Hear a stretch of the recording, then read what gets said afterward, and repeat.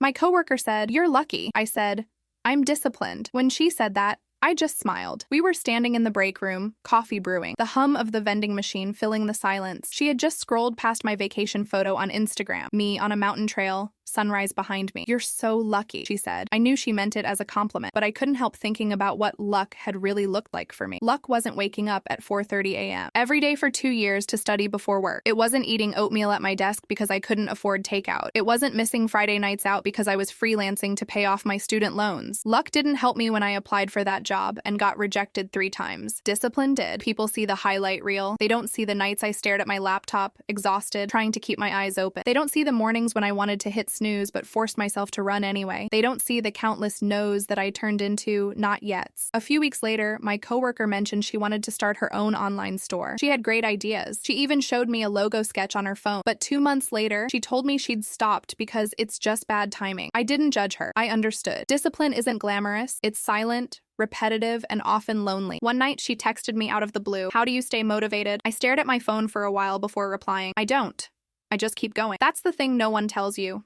Motivation is fickle. It's loud when you start, quiet when it matters most. But discipline, it's steady. It doesn't care if you're tired or scared. It just whispers, again. There was a time when I almost gave up too. When my landlord raised rent and my savings were barely holding on. When my side hustle made $10 in a week. When I saw others getting promotions, vacations, and engagements while I was still fighting for stability. It felt unfair. I cried more than once, convincing myself that maybe I just wasn't meant for success. But every time I felt small, I showed up anyway. I opened the laptop again. I sent one more email. I took one more course.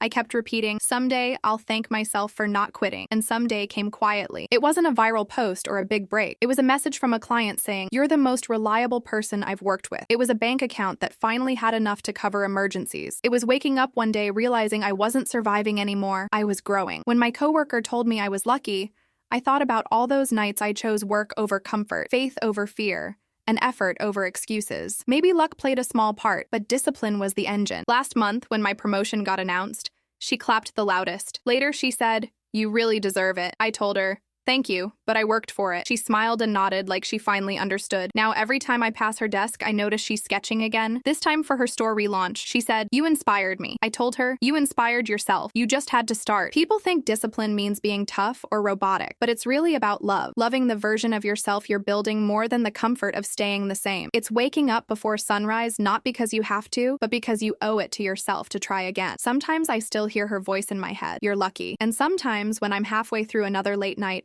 I whisper back, "No, I'm consistent." Because the truth is, luck might open a door once in a while, but discipline keeps it open.